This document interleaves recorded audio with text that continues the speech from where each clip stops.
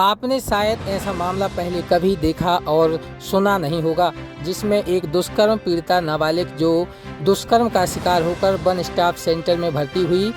One stop centre में आने का कारण यह था कि दुष्कर्म पीड़िता नाबालिग को उसके परिजन अपने घर ले जाने को तैयार नहीं हुए, जिस कारण से उसको वन स्टॉप सेंटर में रहना पड़ा।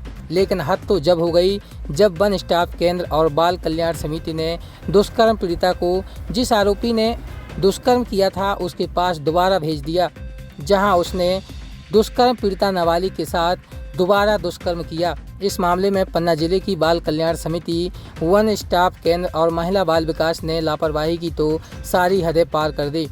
नाबालिग से दुष्कर्म मामले में बाल कल्याण समिति ने नियमों को ताक पर रखकर फैसले लिए। पीड़िता को ही आरोपी के घर भेज दिया, जहां उसके साथ दोबारा दुष्कर्म हुआ। पन्ना पुलिस ने इस मामले में कार्रवाई करते हुए जीरो पर कायमी करते हुए दुष्कर्म के आरोपी को खिलाफ मामला दर्ज किया है। दरअसल मामला फरवरी 2025 का है। पवई इलाके के एक गांव में रहने वाली 15 वर्षीय नाबालिग को आरोपी भगा कर ले गया था। पुलिस ने मामला दर्ज कर उसको छतरपुर से गिरफ्तार किया। नाबालिग के बयान के आधार पर पास्को एक्ट के तहत अपराध दर्ज कर आरोपी को जेल भेज दिया गया। पीड़िता से नाराज परिजनों उसे घर पर रखने को तैयार नहीं हुए तो वन स्टॉप सेंटर में उसे ठहराया गया। पीड़िता फरवरी से मार्च तक वन स्टॉप सेंटर में थी। इस बीच आरोपी जेल चला गया। लेकिन हद तो जब हो गई जब पन्ना की बाल कल्याण समिति ने पीड़ित नाबालिग आरोपी के परिजन के ही घर भेज दिया, जहां जमानत से छूटे आरोपी ने नाबालिग के साथ दोबारा दुष्कर्म किया। जब मामला पन्ना एसपी के पास पहुंचा तो छतरपुर के बारीगढ़ में इस पूरे मामले पर एफआईआर दर्ज कराई गई। हालांकि इस पूरे मामले के बाद पन्ना जिला प्रशासन के अधिकारियों में हड़कंप मच गया है।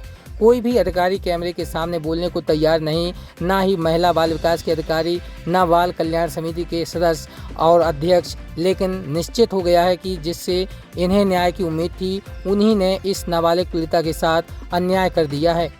जो पुलिस ने पहले 363 कायम करके उस आरोपी को गिरफ्तार करके जेल भेजा था, उसके बाद जो फरियादिया है उसको CWC के द्वारा जो है वो वन स्टॉप सेंटर में पहले रखा गया और उसके बाद वन स्टॉप सेंटर पे सुपुर्दगी पे आरोपी के ही परिवारजन को में से किसी एक को दे दिया गया था। जिसके बाद वो जो बच्ची है वो फिर से आरोपी के पास चली गई थी और CWC ने इसकी जानकारी दी थी और पुलिस ने जब इस जो बच्ची है इसका फिर से इसके बयान लिए गए तो पता चला कि तो फिर से घटना घटने के संबंध में पुलिस को जानकारी मिली और एक्ट के मुताबिक यदि ऐसा होता है तो तत्काल मुकदमा कायम करने के लिए पुलिस बाध्य है।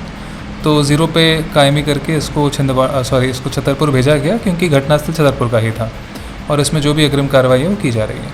सर, कहीं ना कहीं बाल कल्याण समिति की गलती है कि दोबारा उसी आरोपी के यहाँ भेज दिया फिर बलात्कार कर दिया। हाँ, ये जांच का विषय है। इसके संबंध में हमने प्रशासन को सूचित किया है, तो जैसा होगा वैसे अग्रिम कार्रवाई की जाएगी। बाल कल्याण समिति ने एक गलत निर्णय देते हुए नाबालिग पीड़िता दुष्कर्म को आरोपी के यहाँ भेज दिया। मामला प्रकाश में आया है, क्या कार्रवाई की गई? इस संबंध में पुलिस अधीक्षक पन्ना से विगत दिनों मेरे पास एक पत्र आया था।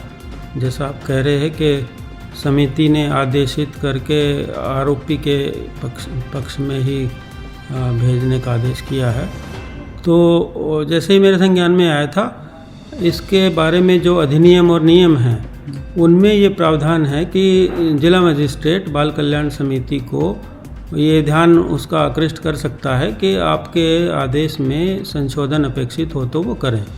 तो तदनुसार ही मेरे द्वारा तत्समय ही बाल कल्याण समिति के अध्यक्ष को पत्र से सूचित कर दिया गया था कि आपके आदेश में जो त्रुटि प्रलक्षित प्रथम दृष्टया है उसको संशोधित करते हुए ठीक करें।